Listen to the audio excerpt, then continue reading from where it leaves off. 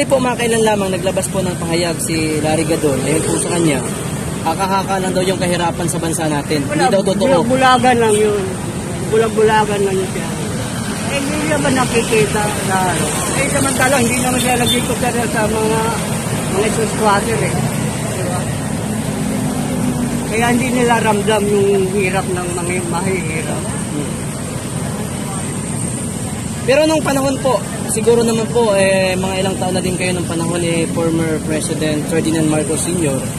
Ano yung different ngayon at saka nung kanyang napakalayo. Yung amahan, yung tatay noon, layo. Napakamura no, nung mga bilihin. Yun lang masasabi ko sa tatay niya. Pero yung kasi dati walang social media, kaya di natin maano yung mga galawan nila. Pero ngayon di na sila dahil sa social media. Ayan be. So, makailan lamang din nagkaroon po ng resign sa rally. Sabi po nila dapat daw man mag-resign si Sara Duterte bilang Deputy Secretary. What is your opinion about this? Sa tingin ko, ang pakanan niya, Trillanes lang na ang pakanan niya. Dahil nung nagbitaw si Trillanes na hanggat na dyan ang mga Duterte, yun ang tinik ng mga Marcos. Diba? Nagbitaw siya ng salita. No? Hindi natin alam, baka may nasa likod pa niya ni Trillanes. Sumusuporta rin niya. Kaya hindi nila kayang pa-ano si Sara. Dahil kapal naman ng Marcos noon. Diba? Pinalibing nga sa libingan ng bayani. Yeah. Diba? Walang utang na loob na kung gano'n. Yung kapala ng mukha. Bali kasi sir kahapon, nagkaroon din ng kagad ng pagpapalit ng Senate President mo. What is your opinion? Ano yung nakikita mo? Kasi ayon po kay former Senate President Mig Zubiri, ayon sa kanya nagsimula ito doon sa PI, na hindi siya pumayag. So ano yung nakikita mo? Hindi ako sure na hindi siya pumayag. Hindi pa natin siguro na baka ano lang niya yun, palabas lang niya yun na hindi siya pumayag. Ngayon lang siya nagpalabas, kahapon lang siya nagpalabas na hindi siya pumayag yung sa PI.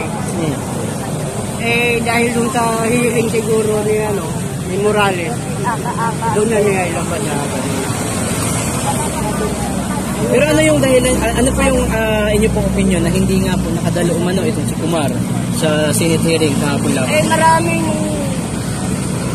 Maraming madadamay talaga. Maraming malalabas na hindi dapat ilabas. Kaya doon kahapon, halata naman wala naman talaga sa hospital.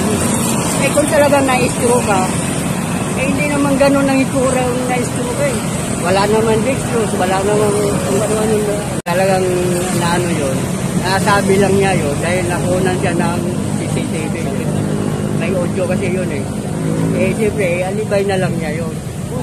Kumbaga, dinidepinsaan lang niya si Kumar dahil nabanggit na kasi yung si Lamba yun. Ililins na lang nila yun ang katotohanan. Pero kung kayo pong tatanungin, kayo po ba ay pabor or agree sa PI or People Initiative? Ano po yung dahilan bakit po kayo ay hindi payag sa PI? Sabihin nila economic provision na lang, hindi naman yun. Ngayon tanga lang, alam naman sila.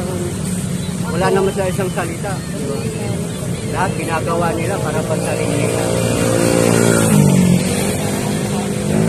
Ano yung naramdaman niyo po nung nagkaroon ng banggaan ang Marcos Duterte camp? Which is, akala po kasi natin magiging okay po ang ating Pilipinas, bansa natin, dahil parehas anak ng umano, magagaling na Pangulo. Pero si former President Rodrigo Duterte, patid ko talaga na magaling yun. Ano na naramdaman mo?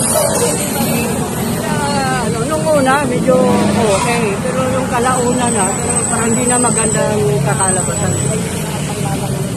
Diba na, yung siraan. Nung mula nung binigyan ng yung mga black, yun? Mga kaliwang grupo sa Congress. Doon na sila bumabanat na si Sara, bababae nila. Si Lini ipapalit. Itong si Lini nga naman, wala namang kwenta yun. Alam naman natin noon pa. Bilang mo kayo sir, isa po kayo sa mga sumusuporta ngayon sa mga Duterte. So ngayon, alam naman po natin na ngayon na yung stand ni Senador Amy Marcos ay nasa mga Duterte.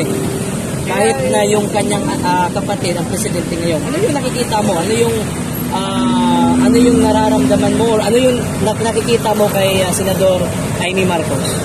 Kaya nakita ko kaya parang nag-ispiya lang ata yan eh. Yun lang ano ko, kung ano yung mga di ba? Parang ginagamit ng si Sara para hindi maano yung kapatid niya. Yeah, Okay. Diba? Okay. Last question po.